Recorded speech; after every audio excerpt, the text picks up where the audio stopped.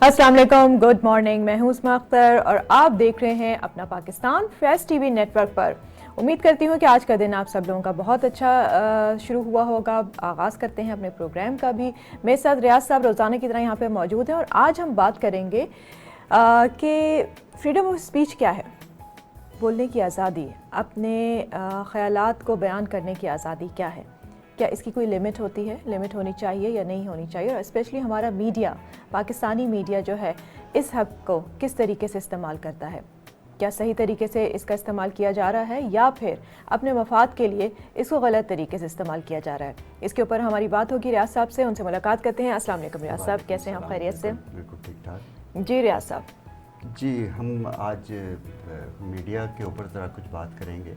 हालांकि ये वक्त हमारा बहुत कम है अगर मीडिया को हम खोलें, और चूँकि मेरी गहरी वाबस्तगी रही है, पूरी उम्र गुजरी है प्रिंट मीडिया में, और तो इसलिए मैं चाहता हूँ कि उसके बारे में बताऊँ कि देखिए, हमारे पास बदकिस्मती से पाकिस्तान में मीडिया जो है वो नारे तो लगाता है, मतालबा तो करता है कि हमें प्रेस फ्रीडम चाहिए, यानी लिखने की आज़ादी चाहिए।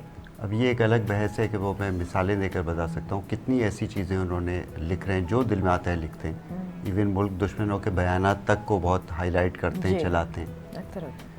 लेकिन आप ये देखिए कि पिछले कुछ दिनों में कुछ बड़ी अच्छी बातें हुई हैं जो वो आवाम को बता सकते थे, कंपैरिजन भी कर सकते थे, लेकिन उन्होंने आवाम को नहीं किया। उन ख़बरों का एक तरह से ब्लैकआउट किया। मसलन सबसे पहले तो आ जाइए पेट्रोल की कीमत पर। हालिया फरवरी के लास्ट में ओगरा ने सिफारिशात पेश की थी पेट्रोल की कीमतें बढ़ाने, लेकिन वज़ीर आज़म ने समझे मुस्तरद कर दी, वही पुरानी कीमतें हैं। बिल्कुल। अच्छा, अब उससे पहले ही खबर ये चल गई कि 6 रुपये कीमत में इजाफा होने वाला है जी। अच्छा, 2 रुपये भी बढ़ती है तो फ़ौरन आता है कि बम गिरा दिया, पेट्रोल बम जी। और जाकर पेट्रोल पंप पर लोगों के इंटरव्यूज़ अपने मर्ज़ी के बातें लेकर और नशर करना शुरू करते हैं, फिर लाइन पीटना शुरू कर देते हैं। टॉक शोज़ की पहली बात यही होती है। अच्छा, अब उन्होंने ये नहीं बताया कि पेट्रोल की कीमतें नहीं बढ़ी, जबकि आलमी मंडी में 43% कीमतों में इजाफा हुआ है। और पड़ोसी मुल्क भारत, मैंने आपसे हमने एक पिछले प्रोग्राम में बात की थी कि वहाँ एक महीने में 14 मरतबा कीमतों में इजाफा हुआ है, और वहाँ इस वक्त तकरीबन 223 रुपये का 1 लीटर पेट्रोल है, लेकिन ये हम कंपेयर करके लोगों को नहीं बताते। अच्छा, और ये आपने बताया कि ओगरा ने सिफारिश पैदा अपनी भेजी थी कि 6 रुपये जो है इजाफा किया जाए, 6 रुपये से भी ज़्यादा, और बग़ैर तस्दीक के ये न्यूज़ जो है टीवी पे चल भी गई कि इजाफा कर दिया गया है। क्योंकि आप ये सोचिए कि अभी सिर्फ सिफारिश ही गई थी और उसको फिर वज़ीर आज़म ने मुस्तरद किया, और लेकिन 10 मिनट इतना भी इंतज़ार नहीं किया, और उसके ऊपर उन्होंने न्यूज़ चला दी टेलीविज़न पे कि इजाफा हो चुका है, जो कि 5-10 मिनट में फिर उसकी तरदीद की गई और कहा गया कि नहीं। ये इनका किरदार है। आप देखिए, जबकि सहाफ़ी वो होता है जो कम से कम तस्दीक करके, जब तक हुकूमत की तरफ से और ये बड़े क्रेडिबल चैनल्स जो हैं उनकी मैं बात कर रही हूँ कि उन्होंने चलाई है। और मज़े की बात है कि 2 रुपये बढ़ता है तो आप कहते हैं पेट्रोल बम गिरा दिया। आपने इसको कोई खुशी की या अच्छी खबर ये कंपेयर करके बताएं कि कितनी बड़ी है कीमतें आलमी मंडी में, फिर भी हमारे पास नहीं पड़ी। इंडिया में ये हो रहा है। सही। अच्छा, इसी तरह से आप ये देखिए कि LNG का मुआहदा हुआ कतर के साथ, दोबारा रिन्यू किया गया, रिवाइव किया गया। पिछली हुकूमत ने जो किया था वो उसने इतने हाई रेट्स पर किया था, इन्होंने जाकर उसी मुआहदे को बरकरार रखते हुए, चूँकि नया तो अभी हम नहीं कर सकते, लेकिन मज़ाकरात एक डिप्लोमेसी के ज़रिए उसकी कीमतें कम करवाईं, और जिसके नतीजे में सेम कॉन्ट्रैक्ट, वो भी 10 साल का है वो। तो आप सोचिए $316 मिलियन की बचत हो रही है कौमी ख़जाने को उससे, यानी हमें ये टीका लगाया था पिछली गवर्नमेंट ने $316 मिलियन। सोचिए कि पिछले पहले जो किया गया, जो कि कई साल पहले हुआ था, वो इससे ज़्यादा महंगा था जी। और अब जो है उस पे नेगोशिएशन में जाकर उनसे कहा गया कि नहीं भी अपनी कीमत कम करो, जैसे हम भाव-ताव करते हैं दुकानों के ऊपर, ये करवा। इसको उन्होंने गवर्नमेंट ने कहीं भी कंपेयर करके इसको हाईलाइट नहीं किया। फिर आ जाइए आप श्रीलंका के वज़ीर आज़म के दौरे को बड़े दिखाया, रेड कारपेट हुआ, ठीक है, बहुत अच्छी बात है, वो तो होता ही है। लेकिन श्रीलंका में अपनी तिजारती मुआहदे या और चीज़ों को आप छोड़ दें तो एक काम ऐसा हुआ है जो कम से कम बहैसियत मुसलमान कौम हमें फ़ख्र से या खुशी से बताना चाहिए था। लेकिन इसके ऊपर क्या करें, कितना मातम करें इस मीडिया के ऊपर कि उसने उसको छुपाया नहीं, ज़ाहिर किया। वहाँ ये हो गया जब से कोविड शुरू हुआ लास्ट ईयर से कि जो भी मुसलमान मर रहा था उसको कोविड का मरीज़ करार देकर, कोरोना का, उसकी लाश को जलाने के अहकामात थे, लाशें जलाई जा रही थी। अच्छा। अब वज़ीर आज़म ने जाकर पर्सनली जब इस बात को टेकअप किया तो अब उनकी हुकूमत ने ऐलान किया कि जो भी मुसलमान मरेगा उसकी तदफीन होगी, उसे जलाया नहीं जाएगा। तो कम से कम मुस्लिम उम्मा की बातें करने वाले ये तो अपने लोगों को बताएं। और ये हमारी तरफ से उनसे रिक्वेस्ट की गई है हमारी तरफ से होने के बाद कि आपके भाइयों को कम से कम, ठीक है हमारे रिश्तेदार नहीं है कुछ, लेकिन मुसलमान तो हैं और उनको हमारे लेकिन नहीं बताया मीडिया ने। फिर आ जाइए फेटफ के ऊपर। फेटफ में पिछली हुकूमत में ग्रे लिस्ट में हम गए और वॉच लिस्ट जिसे कहते हैं, और बहुत ही खदशा था कि हम ब्लैक लिस्ट में चले जाएंगे। ब्लैक लिस्ट का मतलब ये होता कि दुनिया के सारी कंपनीज इन्वेस्टमेंट ख़त्म हो जाती, ट्रेड के ऊपर हमारे पाबंदियां लग जाती और हम बिल्कुल तन्हा हो जाते। लेकिन ग्रे लिस्ट में थे, उन्होंने डिमांड्स की थी कि आप ये स्टेप्स उठाएं तो हम आपको ग्रे लिस्ट से हटाएंगे। उसमें भी अभी हम पाबंदियों की जद में हैं, हम कारोबार तिजारत जो है हम मुकम्मल आज़ादाना नहीं कर सकते हैं। 27 में से हमने 24 के ऊपर स्टेप्स लिया, जिसमें money laundering, terror financing, banks के थ्रू जो डीलिंग होती है उसको हमने डिजिटलाइज किया और कंप्यूटराइज्ड किया, यानी उसको एक रेगुलेट किया। इस तरह बहुत सारे स्टेप्स हमने लिए। जो टेररिस्ट जो तो ऑर्गेनाइजेशंस थी उनके एसेट्स जब्त किए, उनको गिरफ़्तार किया। तो 24 के ऊपर हमने बहुत अच्छी तरह से किया, जिसकी फेटअप में तारीफ़ की गई। 3 और एरियाज़ हैं जिसमें इंशाल्लाह जून तक हम उस पर भी अमल कर लेंगे, तो जून में हम जो है ग्रे लिस्ट से निकल आएंगे। लेकिन कोई मीडिया ने ये नहीं बताया कि हम किस दौर में फेटअप में गए, क्यों गए, इस हुकूमत ने किस तरह से 2-2.5 साल के अरसे में 27 में से 24 डिमांड्स को उनकी पूरा करके एक मुल्क को क्लीन किया, जिसे कहते हैं अपना घर साफ़ करना, अपना घर साफ़ करके दिखाया। अच्छा, ये किसी पार्टी के फेवर में नहीं जाएगा, ग्रे लिस्ट से हम निकलेंगे, ये पाकिस्तान के फेवर में जाएगा, क्योंकि हमारा ट्रेड बढ़ेगा, हमारे पास इन्वेस्टमेंट आएगी। अभी तो ख़तरनाक मुल्क थे ना, इसलिए ग्रे लिस्ट में तो कोई इन्वेस्टमेंट भी नहीं आ रही थी, बहुत मतलब ऊँट के मुँह में ज़ीरे के बराबर आ रही थी। तो ये तो मुल्क के इंटरेस्ट में है, आप इसे भी छुपाते हैं। फिर आप कहते हैं प्रेस फ्रीडम। आप मुझे बताएं, इंडिया में आप गौ के ख़िलाफ़ लिख सकते हैं? काऊ के ख़िलाफ़, गाय के ख़िलाफ़, गौ माता के ख़िलाफ़ आप नहीं लिख सकते। आप वेस्ट में चले जाइए, होलोकास्ट के ख़िलाफ़ लिख सकते हैं, 20 साल की सज़ा है। लिमिट्स होती हैं हर जगह, जो है कोई ना कोई बाउंड्रीज होती हैं जिनको फॉलो किया जाता है। अच्छा, बात ये नहीं है कि ठीक है आप बिल्कुल हाईलाइट करें, अगर कुछ गलत हो रहा है तो उसको वो दिखाना चाहिए और चेक एंड बैलेंस हो, लेकिन जो अच्छे काम हो रहे हैं, जो अच्छे स्टेप्स लिए जा रहे हैं, वो भी सामने आने चाहिए और आवाम को वो भी पता चलने चाहिए, ताकि एक उनमें भी एक पॉजिटिव एनर्जी आए, उन्हें भी पता चले कि मुल्क में अच्छी चीज़ें भी हो रही हैं। ऐसा ही नहीं है कि हर काम सिर्फ बुरा ही हो रहा है। और हमारी कोशिश रियाज साहब यही होती है कि हम अपने प्रोग्राम में सुबह सुबह जो अच्छी बातें हैं, जो पॉजिटिव चीज़ें हो रही हैं, उनको हाईलाइट करें, ताकि वो ये जो इस मीडिया के जो हमारे इलेक्ट्रॉनिक जो चैनल्स के थ्रू जो लोगों के जहनों को जहर आलूद किया जा रहा है, उनको हम कम से कम बता सकें अपनी उसमें हद में रहते हुए कि किस हद तक इसको ये ब्लैकआउट करता है ऐसी चीज़ों का जो पॉजिटिव होती हैं, जो लोगों के लिए खुशी और इत्मीनान का बाइस बन सकती हैं। बिल्कुल, बहुत शुक्रिया रियाज साहब, और फिर आपसे मुलाकात होगी। इसके साथ ही एक छोटे से ब्रेक लूँगी, ब्रेक के बाद आपसे दोबारा मिलेंगे अपना पाकिस्तान में। हमारे साथ रहिए।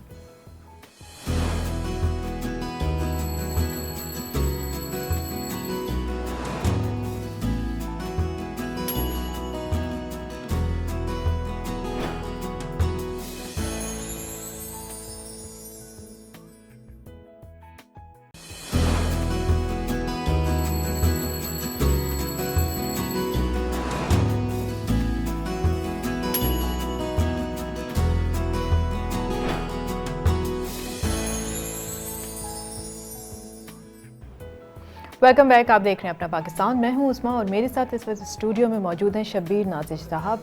शायर हैं, अदीब हैं, स्क्रिप्ट राइटर हैं। इनसे मुलाकात करते हैं। जी अस्सलाम वालेकुम शब्बीर साहब, कैसे हैं आप? वालेकुम अस्सलाम, अल्हम्दुलिल्लाह मैं ठीक हूँ, आप सुनाइए। बस अल्लाह का शुक्र, बिल्कुल ठीक ठाक। शायरी का शौक़ कब से हुआ? ये एक ऐसा सवाल है जो भी मेरे पास शायर आते हैं उनसे मैं पूछती हूँ, और मुझे अक्सर जवाब ये मिलता है कि बचपन से ही हमें शौक़ था और बचपन से ही जो है अशार की आमद होती थी और इस तरह से शायरी शुरू हुई। आप बताइएगा, आपने कैसे शुरू की? इससे पहले आपको जितने भी अहबाब ने जवाब दिए हैं उनमें से बहुत सारों ने बिल्कुल सही कहा है। असल में मसला ये है कि जो तख्लीकार होता है, ये शायर होता है, अदीब होता है, या कोई भी फ़नकार होता है, वो पैदाइशी होता है। तो जब पैदाइशी है तो वो बचपन से ही आगाज़ करेगा। अच्छा, इसमें एक मरहला ये भी आता है कि जिसे हम इसको कहते हैं ये गॉड गिफ्टेड है, खुदादाद सलाहियत है। तो अब अल्लाह ने तो हमें दे दी, हमारे इनर में तो है। यहाँ से एक और मरहला शुरू होता है कि हम इसको पहचान कब रहे हैं। वो हम बचपन में ही पहचान लेते हैं, या लड़कपन में, या जवानी में, या उससे भी कहीं आगे जाके।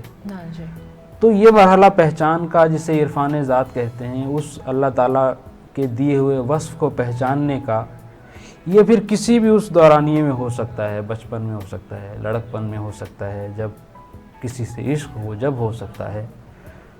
तो वहाँ से फिर उसका आगाज़ हो जाता है। अमूमन जो पैदाइशी होता है वो बचपन से ही आगाज़ कर देता है। तो मेरा अच्छा, भी अभी आपने एक बात की तो उससे ही मैं सवाल आपसे पूछूंगी कि क्या शायर बनने के लिए इश्क करना ज़रूरी है? मैंने अभी अर्ज़ किया कि शायर बनता नहीं है, पैदा होता है।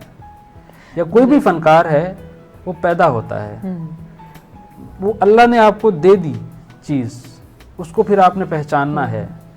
तो बनता तो बंदा कारीगर है, बंदा उस्ताद बन सकता है, कारीगर बन सकता है, कोई भी और काम सीख सकता है। ये काम नहीं है, ये तख्लीक है। तख्लीक काम नहीं होती, तख्लीक तो अता होती है।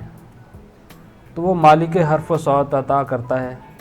तो ये तख्लीक का मामला बिल्कुल अलग है। अब जैसे ये हमारे पास ये मोबाइल है, ठीक है, अब ये ख़राब हो गया है, उसे ठीक करना है।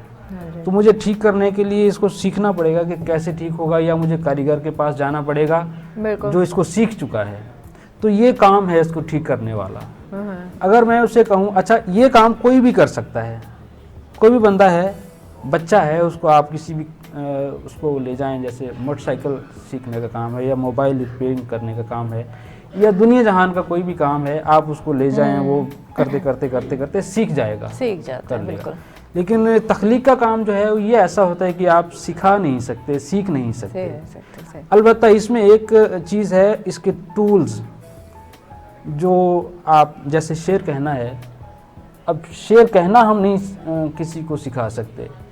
शेर कैसे कहा जाता है, उसमें क्या क्या लवाजिमात होते हैं, क्या क्या चीज़ें ज़रूरी होती हैं, वो टूल्स बता सकते हैं, उनसे आशना करवा सकते हैं। शेर कहलवा नहीं सकते, वो तो जाहिर है। तो ये तख्लीक का मामला बिल्कुल डिफरेंट होता है। अच्छा, मौजूदा दौर में आप क्या देखिए, क्योंकि उर्दू शायरी एक हमारा एक बहुत बड़ा दौर रहा है, हिस्ट्री रही है बाकायदा उर्दू शौरा की, उर्दू शायरी की।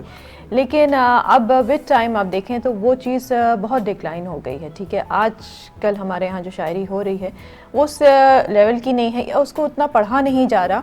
क्योंकि अगर हम देखें तो 60-70s तक हमारे जो शौरा गुजरे हैं, या 80s तक भी, उनके नाम आज तक याद किए जाते हैं। लेकिन उसके बाद जो शौरा हैं, हमें हार्डली कोई हों जिनको कि हम पढ़ते हों, या हमारे निसाब में उनकी जो है शायरी जो है उसको शामिल किया गया हो।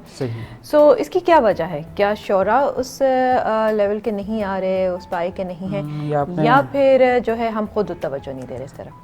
बहुत अच्छा सवाल और बुनियादी सवाल है, बहुत अहम सवाल है ये। और इसमें ये दोनों बातें ही आपने जो की हैं, ये दोनों ही इसका सबब बन रही हैं। आप अगर गौर करें, जब हम 2000 के हिंसे को टच करते हैं, 2000 शुरू होता है, जब आप उस 2000 से आगे का सफ़र देख लें, कितनी तेज़ी से गुजर रहा है। और 2000 का हिंसा टच होने से पहले पीछे की तरफ चले जाएं, उसमें कितना ठहराव है। पीछे जितना चली जाएंगी वो आपको ठहराव नज़र आएगा। तो बुनियादी एक चीज़ तो ये आ गई कि उस वक्त में जो ठहराव था, तब हमारे पास वक्त भी था, तब हम अपने आप से भी मिलते थे, अपने अहबाब से भी मिलते थे, गुफ्तगू करते थे। अब तो सारा कुछ ये मोबाइल पे हो रहा है, और ये कितनी तेज़ी से हो रहा है, यूँ हो रहा है। तो यहाँ ना हमारी अपने आप से मुलाकात हो रही है, ना हमारी तख्लीक से मुलाकात हो रही है, ना हमारी किसी और से मुलाकात, ना हम उस तरह सोच रहे हैं। तो ये बिल्कुल वो सिनेरियो ही चेंज हो गया। आपने कहा कि 70-80 तक बड़े शुअरा रहे हैं, बिल्कुल ऐसा ही है। और मैं समझता हूँ कि वो खुशकिस्मत लोग थे, उन्हें वो दौर मिला। अगर वो भी हो सकता है इस दौर में होते, जिस दौर में हम सांस ले रहे हैं, तो शायद जिस तरह हम कह रहे हैं कि वो हमारे जहनों में नक्श हैं उनके नाम, तो शायद वो भी हमारी तरह ये रोना रो रहे होते। इसमें ये दौर बदल चुका है, अब वो दौर भी नहीं रहा। एक बात तो हो गई ये जिसमें ये इलेक्ट्रॉनिक चीज़ें शामिल हो गई। दूसरी बात ये है, इसका दूसरा रुख ये है कि हमने तवज्जो देना छोड़ दी है इन चीज़ों पे। हमारे लिए शायरी, अफसाना, नावल, ये चीज़ें जो है ना, ये एक्स्ट्रा हो गई है। कर लिया तो ठीक है, नहीं किया तो बस छोड़ो, ये ज़रूरी नहीं है। ज़रूरी नहीं, बिल्कुल। जबकि एक वक्त था कि हर घर में किताब और नौनिहाल और इस तरह की चीज़ें वो लाजमी थीं। उस घर को बहुत मनहूस समझा जाता था जिस घर में किताब नहीं होती थी, ठीक है। और बच्चों की तरबियत का आगाज़ जो है वो शुरू से ही हो जाता था। नौनिहाल हैं या दीगर इस तरह के बच्चों के रसाइल हैं, ताकि अखबारात आते थे जी, ताकि वो उससे जुड़ जाएं, किताब से जुड़ जाएं। अब तो ऐसा है ही नहीं। अब रोना, आप ये देखें, हमारी बदकिस्मती कह लीजिए कि जैसे ही ये इंग्लिश मीडियम का दौर शुरू हुआ है, ये चीज़ें तो हटाएं, आप उर्दू से ही बिल्कुल ना बलद हो गए। बिल्कुल लोगों को उर्दू ना तो बोलना आ रही है, ना उनको लिखना आ रही है, ना उनको पढ़ना आ रही है, ना उनका तलफ़ुज़ ठीक है। और अगर कोई शौक़ का मारा हुआ उर्दू में इस दौर में बात करता है तो उसको कहते हैं कि ये जाहिल है, इसको तो पता ही नहीं किसी चीज़ का। आप इंग्लिश में बात करें, पढ़ा लिखा बंदा है भाई, बड़ा ज़बरदस्त। सिर्फ इंग्लिश बोलने से बिल्कुल ये आप सही कह रहे हैं कि सिर्फ एक ज़ुबान अगर आप बोलते हैं तो इसका मतलब ये बिल्कुल नहीं है कि आप तालीम याफ्ता भी हैं। और ज़ुबान के ऊपर अबूर होना वो एक अलग बात होती है, तालीम याफ्ता होना एक बिल्कुल अलग चीज़ है। बिल्कुल। अच्छा, थोड़ा सा अपनी शायरी में आपने पंजाबी में भी शायरी की, जी, ठीक है, तो वो बताइएगा कि पंजाबी शायरी का किस तरह शौक़ हुआ, किस तरह से? असल में मैं बुनियादी तौर पर हूँ ही पंजाबी। मेरी मदर लैंग्वेज, मेरी मादरी ज़बान पंजाबी से जी। तो ज़ाहिर है मेरी ज़बान है, मादरी ज़बान है, तो उसका भी हक़ है, तो उसमें भी मैंने शायरी की है। मैं उर्दू को भी अपनी मादरी ज़बान की तरह ही समझता हूँ, तो मैंने कभी इनमें फ़र्क उस तरह रवा नहीं रखा, ना मैं समझता हूँ, ना मैं किसी को ऐसा समझने की इजाज़त देता हूँ। हर ज़बान, अगर कोई भी उसकी ज़बान है, सिंधी, बलोची, पठान, जो भी उसकी ज़बान है, ठीक है, उसको भी उसकी तरह कैरी करे, और साथ उर्दू को भी, क्योंकि हमारी कौमी ज़बान है। कौमी ज़बान है तो ये हमारी है, बिल्कुल हमारी है, तो ये हमारी उसी ज़बान की तरह है जो हमारी मादरी है, ठीक है। तो मैं इसको उसी तरह इसको लेके चलता हूँ। अच्छा, आपको ज़्यादा मज़ा या एंजॉय आप कौन सी शायरी को करते हैं, पंजाबी या उर्दू की, और आसान कौन सी लगती है दोनों में से? जो जानने वाला होता है उसके लिए तो दोनों, या जितनी भी वो जान रहा है, वो सब आसान ही होती हैं। बुनियादी फ़र्क यहाँ आता है कि हम रह किस माहौल में रहे हैं। मैं जब पंजाब में रह रहा था तो मुझे ज़्यादा लुत्फ़ जो आता था वो पंजाबी में आता था। 2004 से मैं यहाँ कराची में हूँ, तो अब ज़ाहिर है यहाँ इर्द गिर्द जिससे भी बात करो, इधर उधर वो सब उर्दू है। तो उर्दू में शायरी तो वहाँ भी उर्दू कर रहा था। शुरुआत आपने उर्दू शायरी से ही की थी या पंजाबी शायरी? जी, इब्तिदा मेरी उर्दू शायरी से ही, लेकिन उस वक्त पता नहीं था ना चीज़ों का, तो वो तो ऐसे गलत मलत जो भी चीज़ें होती हैं वो तो बंदा कर रहा होता है। फिर एक वक्त आता है कि उसको एक ट्रैक मिलना शुरू हो जाता है, एक कोई बंदा मिलता है। इसी तरह मुझे भी एक साहब मिले, अनवर साहब उनका नाम है जी। तो मैं तो जो टूटा फूटा लिख रहा था वो समझ रहा था कि भाई मैं शायर हूँ। अच्छा, मज़े की बात यह है कि उस वक्त पता नहीं था कि ये शायरी क्या बला होती है और ये शायर क्या चीज़ होता है। बस था कुछ कि ये शायरी है और मैं ये लिख रहा हूँ, तो मैं ये शायर हूँ, और समझ रहा था कि मैं मतलब अच्छा कर रहा हूँ, ठीक ठाक चीज़ बन गया हूँ मैं। अच्छा। फिर मुझे वो साहब मिले, अनवर साहब, अल्लाह उन्हें सेहत दे, उन्हें लंबी ज़िंदगी दे। वो किसी को बता रहे थे कि ये शायरी इस तरह होती है और इसका एक इल्म होता है जिसे इल्म अरूज़ कहते हैं। इसमें मुख्तलिफ़ बहूर होती हैं, बहरें होती हैं, जो पैमाने पैरामीटर्स हैं, उनके तहत फिर अपनी बात, अपना ख़याल पेश किया जाता है। तो उनको तो वो बात उस तरह समझ ना आई, तो वो चाय लेने के लिए ज़रा अंदर गए ना, तो मैंने उनसे कहा कि ये आप जो चीज़ बता रहे थे ये आप मुझे बताएंगे, थोड़ा मुझे अच्छी लगी है और मैं ये जानना चाहता हूँ। तो फिर उन्होंने मुझे बताया। तो पहली जो वाकफ़ियत मेरी इस चीज़ से हुई कि इसका कोई इल्म भी होता है शायरी का, जिसे इल्म अरूज़ कहते हैं, और इसमें बहरें होती हैं, तो तब मुझे पता चला। फिर उन्होंने मुझे पहली बहर भी बताई जो एक मीटर कह लें, आप बहर से वाकिफ शायद हैं या नहीं है, मैं नहीं उसको मीटर कह लें, एक पैमाना कह लें। अच्छा, एक पैमाना, ठीक है। तो वो भी एक उन्होंने पैरामीटर। बताया कि ये पैमाना होता है और इस तरह इसमें फिर आगे कंटिन्यू करते हैं उस फिर अपने इससे तखय्युल। आप ये कह सकते हैं डिफरेंट स्टेजेस जो जी आती जी। हैं वो है। उसके सही। बाद फिर मैंने बाकायदा एक उस्ताद की शागिर्दी इख्तियार की, मिर्ज़ा नसीर खालिद साहब, उनसे फिर मैंने सारी चीज़ें सीखी। ठीक है। जो मैंने शुरू में एक बात बताई थी कि लवाज़िमात टूल्स जो होते हैं वो सारे फिर सीखे उनसे। अल्लाह का अच्छा। शुक्र है, अल्लाह उन्हें के रहमत फरमाए, उनका इंतकाल हो चुका है। ओके। तो ये है। अच्छा, आपका तखल्लुस है नाजिश, जी। ठीक है, और ये जो है ख़वातीन का नाम होता है, तो नाजिश यानी कि कोई थी जिनसे कि अपनी याद में उनके तखल्लुस रखा, या फिर ऐसे ही आपने नाजिश इनके थी तो कोई नहीं, अगर होती तो अच्छा होता। ऐसा है कि मैं जब आगाज़ हुआ 92 में मेरा शायरी का, तो उस वक्त ऐसे ही एक तखल्लुस रख लिया था ऐसे ही, लेकिन वो मुझे अच्छा नहीं लग रहा था। अच्छा।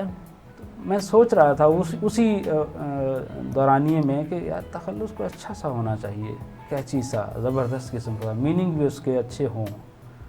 तो फिर मैंने डिक्शनरी जो है वो लुगत उसको खंगाला, उसमें फिर मैंने दो मुझे लफ्ज़ जो है ना वो अच्छे लगे। तो एक था नालिश, अच्छा, और एक था नाजिश। नाजिश, अच्छा।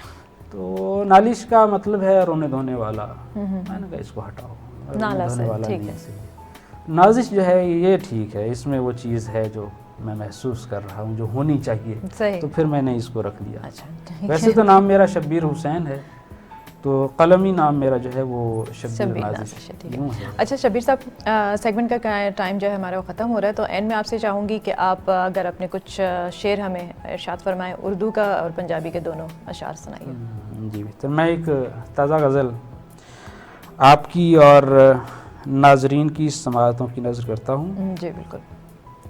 उम्मीद है पसंद आएगी आपको। कि नहीं हो सकता मेरे यार, नहीं हो सकता, नहीं हो सकता मेरे यार, नहीं हो सकता, इश्क आशिक का तरफदार नहीं हो सकता। नहीं हो सकता मेरे यार, नहीं हो सकता, इश्क आशिक का तरफदार नहीं हो सकता। मर रहा है जो मेरी एक झलक की खातिर, मर रहा है जो मेरी एक झलक की खातिर, उसका कहना था उसे प्यार नहीं हो सकता। मर रहा है जो मेरी एक झलक की खातिर, उसका कहना था उसे प्यार नहीं हो सकता। चांद सूरज को भी आगोश में ले लेता है, चांद सूरज को भी आगोश में ले लेता है, और इस बात से इनकार नहीं हो सकता। तू मेरा दोस्त है और दोस्त भी अच्छा वाला, तू मेरा दोस्त है और दोस्त भी अच्छा वाला, तू मेरी राह की दीवार नहीं हो सकता। तू मेरा दोस्त है और दोस्त भी अच्छा वाला, तू मेरी राह की दीवार नहीं हो सकता। और शेर देखिएगा, हम बड़ी उम्र में ऐ इश्क तेरी नजर हुए, हम बड़ी उम्र में ऐ इश्क तेरी नजर हुए, खुल के इस उम्र में इजहार नहीं हो सकता। क्या बात है। हम बड़ी उम्र में ऐ इश्क तेरी नजर हुए, खुल के इस उम्र में इजहार नहीं हो सकता। जिस्म तो जिस्म मेरी रूह भी है एक ही इस्म, जिस्म तो जिस्म मेरी रूह भी है एक ही इस्म, और इस इस्म से इनकार नहीं हो सकता। झूठ कहता है कोई ऐसा अगर कहता है, झूठ कहता है कोई ऐसा अगर कहता है, वो किसी हुस्न का बीमार नहीं हो सकता। झूठ कहता है कोई ऐसा अगर कहता है, वो किसी हुस्न का बीमार नहीं हो सकता। ऐसे सरदार की सरदारी नहीं मानते हम, ऐसे सरदार की सरदारी नहीं मानते हम, जिसका सर ऊंचा सरेदार नहीं हो सकता। ऐसे सरदार की सरदारी नहीं मानते हम, जिसका सर ऊंचा सरेदार नहीं हो सकता। इश्क में जो भी रवा रखे दयानत नाजिश, इश्क में जो भी रवा रखे दयानत नाजिश, हिजर उस शख्स को आजार नहीं हो सकता, नहीं हो सकता मेरे यार, नहीं हो सकता। इश्क आशिक का तरफदार नहीं हो सकता। वाह, क्या बात है। बहुत शुक्रिया जी। बहुत शुक्रिया शबीर साहब, बहुत शुक्रिया प्रोग्राम में आने का, और आपसे बहुत अच्छी बातचीत रही। इंशाल्लाह फिर आपसे मुलाकात होगी बहुत जल्द। इसके साथ ही एक ब्रेक का वक्त हुआ है, ब्रेक लूँगी यहाँ पे, और ब्रेक के बाद आपसे दोबारा मिलते हैं अपना पाकिस्तान में। हमारे साथ रहिए, कहीं मत जाइए।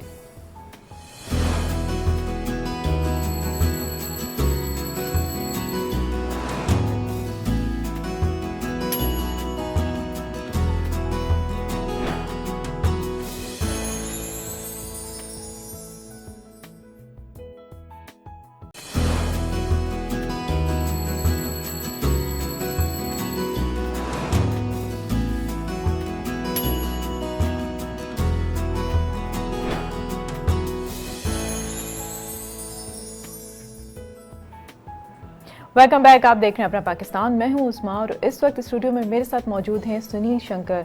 थिएटर एक्टर हैं, डायरेक्टर हैं, और नापा में टीचर भी हैं। एक्टिंग सिखाते हैं बच्चों को, डायरेक्शन सिखाते हैं। इनसे मुलाकात करते हैं और जानते हैं कि नापा में आजकल क्या क्या एक्टिविटीज़ चल रही हैं, कोविड के बाद क्या सिचुएशन है, किस तरह के प्रोजेक्ट्स के ऊपर काम किया जा रहा है। तो आइए इनसे मुलाकात करते हैं। अस्सलाम वालेकुम सुनील, कैसे हैं आप? वालेकुम सलाम उस्मा, कैसी हैं आप? ठीक ठाक? बिल्कुल, अल्लाह का शुक्र, ठीक ठाक। जी सुनील, बताइएगा, आप स्टेज एक्टर भी हैं, इसके अलावा थिएटर एक्टर भी हैं, डायरेक्शन भी देते हैं और टीचिंग भी करते हैं नापा में। जी जी। और कितना अरसा हुआ, कितने सालों से आप नापा के साथ मोर देन मुंसलिक 10 हैं? years, 10 साल हो गए मुझे पास आउट होने के बाद अदाकारी के शोबे से, और एक्टिंग, पढ़ाना, टीचिंग, कोलैबोरेशंस और बहुत सारी चीज़ें, मुख्तलिफ आर्टिस्ट अराउंड द वर्ल्ड, उनसे मुलाकात रही, उनके साथ काम भी किया। जी। आपने पूछा कोविड के बाद सिचुएशन ज़ाहिर है थोड़ी सी मुख्तलिफ हो गई है, सब जगह की है, लेकिन अब चीज़ें दोबारा नॉर्मलाइज हो रही हैं और क्लासेस स्टार्ट हो गई हैं, और कम है रुझान, लेकिन ये है कि लोग आ रहे हैं और हम पढ़ाने की कोशिश कर रहे हैं सारी चीज़ें। अच्छा, आपने नापा से ही तालीम जी, हासिल की, ठीक है, वहीं से पास आउट किया, और फिर वहीं पे ही आपने जो है जॉब भी की, और वहीं पे ही अभी हाँ, तक वो एक विजिटिंग फैकल्टी में मैं हूँ, वो पढ़ाता हूँ, पढ़ाते भी हैं, ठीक है। तो कैसा रुझान है लोगों का अब, यानी कि अब जो नए बच्चे आ रहे हैं जिन्हें एक्टिंग का या डायरेक्शन का या थिएटर का शौक़ है, तो आपको क्या लगता है कि पिछले जैसे 10 साल पहले अगर हम देखें और अब देखें, तो रुझान बढ़ा है या कम हुआ है? कोविड के आने से पहले रुझान बहुत बढ़ गया था। अच्छा, काफ़ी लोगों का इंटरेस्ट बढ़ गया था, लेकिन जैसे ही कोविड आया, ज़ाहिर सी बात है बहुत सारी चीज़ें बंद हो गई, लेकिन अभी भी काफ़ी लोग एक्टिंग की तरफ आ रहे हैं। उन लोगों के जहन में अब ये बात आ गई है कि इट्स ए प्रॉपर स्टडी, लोगों को ये तालीम सीखनी चाहिए, क्योंकि पहले लोग समझते थे कि अदाकारी जो है सिर्फ एक बस जाके हम एक एंटरटेनमेंट का है, लेकिन it's a proper study around the world, सब चीज़ें हैं, बाकायदा डिप्लोमा दिया जाता है, डिग्रीज दी जाती हैं इसके अंदर। तो अब लोगों को समझ में आ गया कि ये सीखना ज़रूरी है, it's a form of art, it's a craft. तो काफ़ी लोग हमारे पास जो फर्स्ट ईयर है इस वक्त, फर्स्ट ईयर मोस्टली स्टूडेंट्स जो हैं वो कराची के अलावा के हैं, मतलब पेशावर, अच्छा, कोयटा, लाहौर, वहाँ से लोग आ रहे हैं, क्योंकि okay. Karachi is a big market, तो इस वजह से भी लोग आके सीखते हैं, और बहुत पैशनेटेड हैं, बहुत पढ़े लिखे लोग हैं, बहुत सुलझी हुई पौध आ रही है हमारे पास। इट्स वेरी इंटरेस्टिंग टू सी कि जिस तरीके से उनका एक्टिंग की तरफ एक रुझान है, और प्रॉपर स्टडी ले रहे हैं उसको। बिल्कुल। It's very good. ठीक है, तो आप वहाँ पे डायरेक्शन भी करते हैं और मैं डायरेक्शन इन द सेंस मैं रेपर्टरी जो है थिएटर, बेसिकली मैं नापा के साथ एज ए विजिटिंग फैकल्टी में हूँ। जब उनका कोई प्रोजेक्ट होता है, जैसे रेपर्टरी को थिएटर करती है, तो वो मुझे हायर करती है, मैं उनके लिए प्ले करता हूँ। फिर इसके अलावा जिस कोई कोलैबोरेशंस होती हैं उसके लिए साथ में नापा की सपोर्ट होती है। फिर इस तरह मैंने खुद भी कोलैबोरेशन की हैं, लाइक ऑस्ट्रेलिया के आर्टिस्ट के साथ, जर्मनी के साथ, and then people from India. तो इस तरीके से मतलब मैं full on, I am not an employed है, बट ये है कि मैं पढ़ाता हूँ, क्योंकि ज़िया साहब ने कहा है कि तुम नहीं छोड़ सकते ना। अच्छा। ठीक है, सही है। तो इसके अलावा मैं फिर अपनी दूसरे एक्टिंग कोचिंग है, एंड जैसे कि सुपरस्टार मैंने एक्टिंग कोच किया था, उसमें माहिरा एंड बिलाल अशरफ को। I been acting coaching other celebrities also, can't name them, वो भी है, वो होता है। सो अच्छा, ये इसके बारे में बताइएगा थोड़ा सा। एक्टिंग कोचिंग की हमने बात की ही, तो ये कैसा टर्म है जो कि बहुत से लोगों को नहीं पता। जी, ठीक जी, है? जी, जी, जी। और इंटरनेशनली तो इसके ऊपर काफ़ी काम होता है। बहुत। हमारे मुल्क में ये था कि इसका कॉन्सेप्ट नहीं था, जो कि रिसेंटली अभी स्टार्ट हुआ है, क्योंकि पहले हमेशा ये होता था कि जो शौकिया लोग आते थे और टेलीविज़न पे ही ज़्यादा मीन्स कि जिनको शौक़ था वो आते थे और वहीं पे ही उनकी ट्रेनिंग हो जाती थी, जैसे PTV पे वहीं पे ही ट्रेनिंग होती थी और फिर वो अपने उसी फ़न को आगे लेके बढ़ते थे। फिर जब प्राइवेट चैनल्स आए तो उसमें भी यही हुआ कि शौकिया जो लोग थे, जो लुक्स में अच्छे थे या जिनमें कॉन्फिडेंस ज़्यादा था और जिन्हें शौक़ था, वो आगे बढ़े और काम किया। लेकिन अब जो आप ये टर्म बता रहे हैं, इसमें बहुत से ऐसे एक्टर्स हैं जिनको कि लगता है कि शायद एक्टिंग कहीं पे उनमें लैग कर रही है या उनको उनका जो टैलेंट है उसको और इन्हांस किया जा सकता है, तो अब उनको बाकायदा इस चीज़ की तरबियत भी दी जाती है। इसके बारे में थोड़ा सा बताइएगा। ऑब्वियसली मैं आपसे नाम नहीं पूछूंगी कि किन किन एक्टर्स को आपने दिए, बताऊंगा भी, लेकिन बताइए कि ये किस तरह से इसके ऊपर काम होता है। देखिए, थोड़ा सा एक अंडरस्टैंडिंग है यहाँ पर। Acting coaching and acting teaching दो डिफरेंट टर्मिनोलॉजीज हैं, ठीक है ना। एक्टिंग टीचिंग इज समथिंग कि आपको अदाकारी सीखनी है, बिल्कुल। उसमें ज़रूरी नहीं कि आपको अदाकारी आए। एक्टिंग कोचिंग में ये होता है कि समटाइम्स आप डायरेक्टर के साथ मिलकर एक सर्टन टारगेट अचीव करना चाहते हैं to achieve a character. Okay, for example अगर अंग्रेज़ी फिल्मों से शगफ है, जैसे कि जोकर के हम बहुत एग्जाम्पल ले लेते हैं, इस तरीके से हमारी और भी फिल्में हैं। तो उसमें अगर एक कैरेक्टर को अचीव करना है, एक कैरेक्टर डायरेक्टर के साथ मिलके कि भाई हमारे पास ये एक्टर है और हमें इस कैरेक्टर को अचीव करना है जो कि स्क्रिप्ट में लिखा हुआ है, तो उसके हिसाब से इन एक्टर की कैपेसिटी और कैपेबिलिटी को देखते हुए हम किस तरीके से इनके अंदर वो रुझान डालें। क्योंकि बाज़ वक़्त स्पेशली हमारे यहाँ बहुत सारे एक्टर्स हैं जो कि इतना लिटरेट नहीं हैं। अच्छा सुनील, इसके ऊपर हम बात करते हैं, ठीक है, थोड़ा सा डिटेल में इसके ऊपर बात करेंगे। एक ब्रेक का टाइम है, तो ब्रेक मुझे यहाँ पे लेनी है। एक छोटे से ब्रेक लेती हूँ, ब्रेक के बाद आपसे दोबारा मिलते हैं अपना पाकिस्तान में। हमारे साथ रहिए।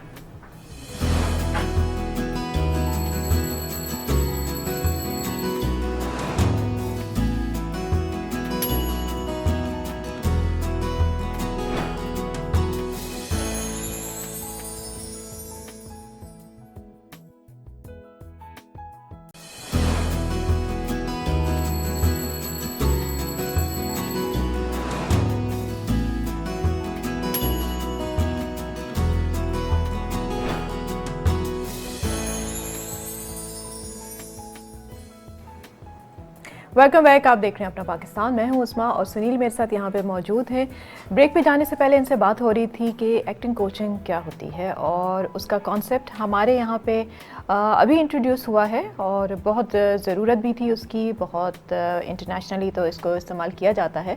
लेकिन यहाँ पे इन्होंने बहुत सारे एक्टर्स की उनकी कोचिंग की और उसकी वजह ये थी कि बहुत से आपको कैरेक्टर में जाने के लिए अक्सर अच्छे एक्टर्स, जिनको कि ऐसी वजह नहीं है कि उनको एक्टिंग नहीं आती है इसलिए उनको कोचिंग दी जाती है, बहुत से कैरेक्टर्स ऐसे होते हैं कि उस कैरेक्टर को समझने के लिए, उस कैरेक्टर में जाने के लिए एक्टर को ज़रूरत होती है कि उसको बाकायदा तौर पे कोचिंग की जाए।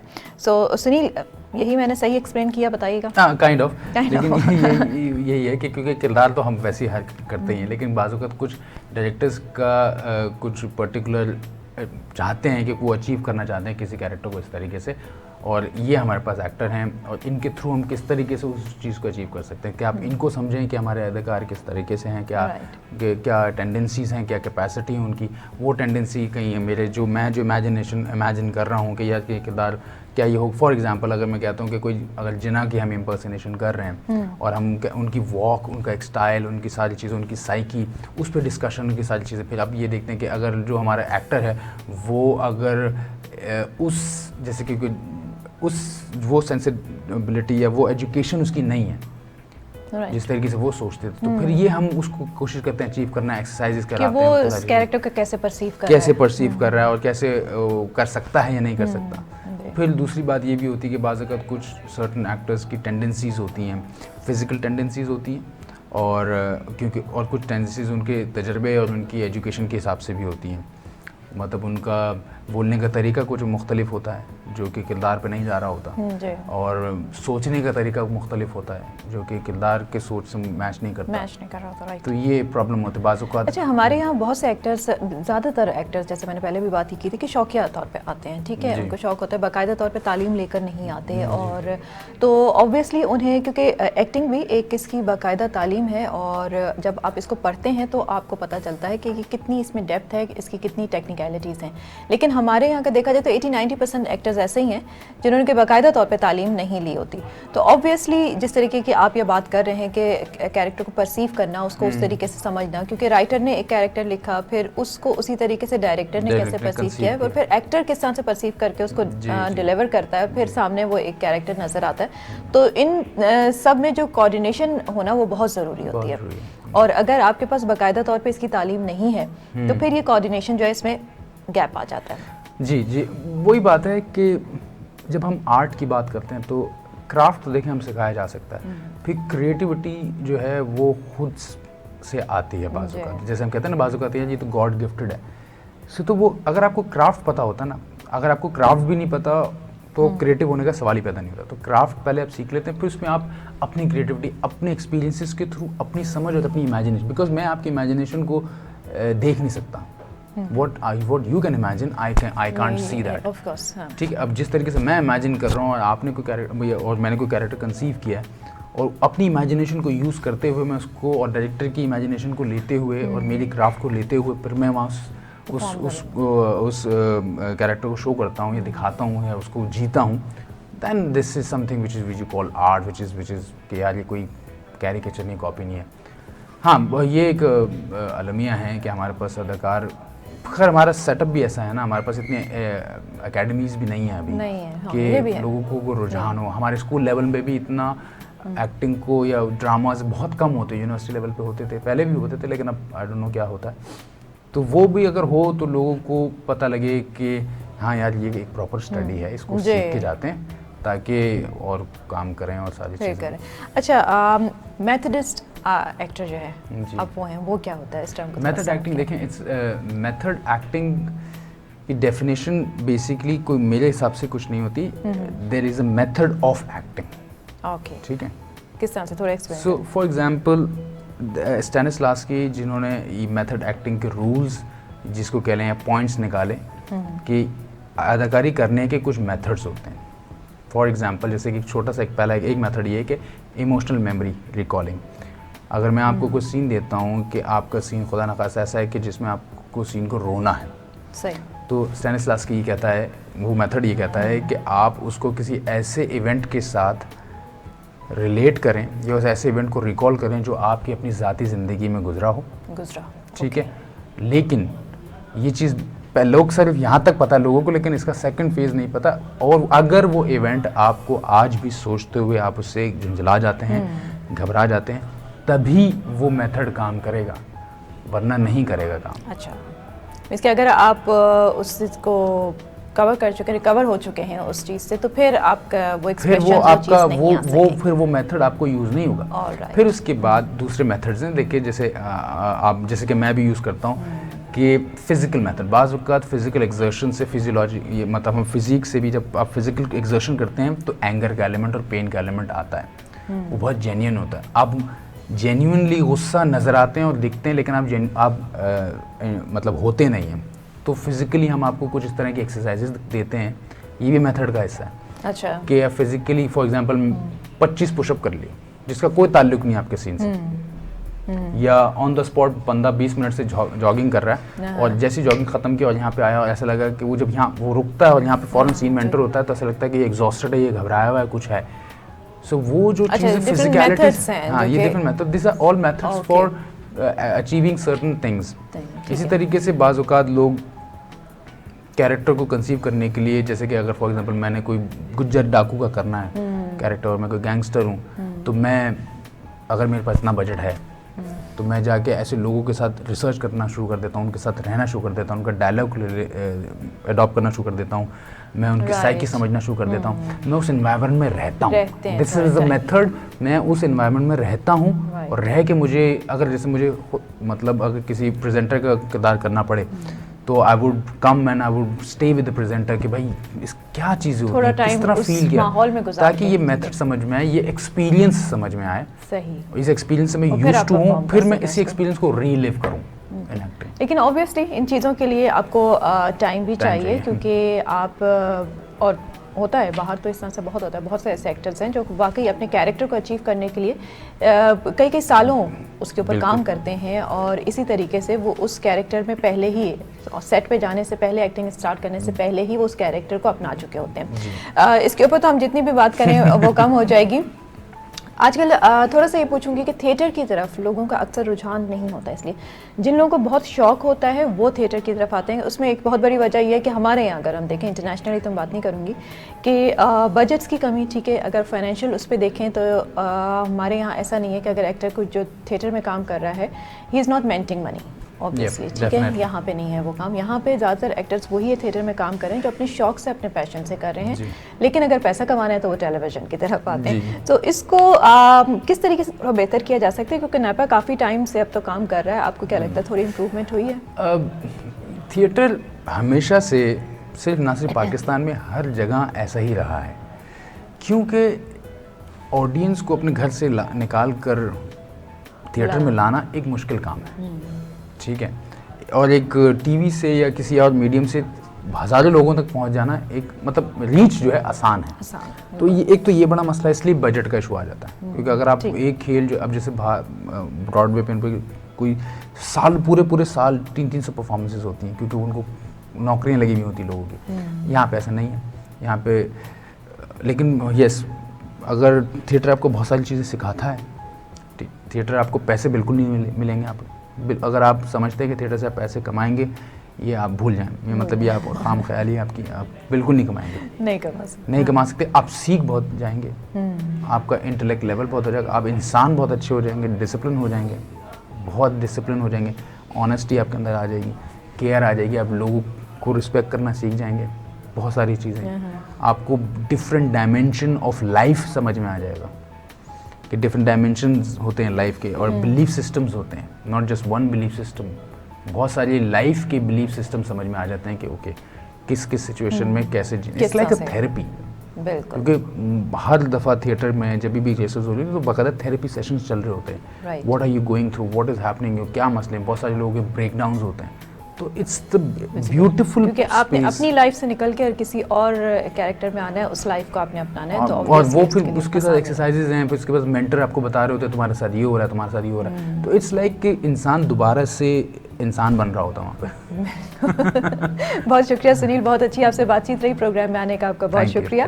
और इसके साथ ही प्रोग्राम का वक्त भी यहाँ पे ख़त्म होता है, आपसे इजाज़त चाहूँगी, लेकिन जाने से पहले आपको याद कराती जाऊँ कि फेस्ट टीवी नेटवर्क से जुड़े रहने के लिए हमें लाइक कीजिए, सब्सक्राइब कीजिए और बेल आइकन का बटन ज़रूर दबाइए, और हमें फॉलो कीजिए ट्विटर, इंस्टाग्राम और फेसबुक पे। अपना बहुत ख्याल रखिए, उस्मा अख्तर खान जी को इजाज़त दीजिए, अल्लाह हाफिज़।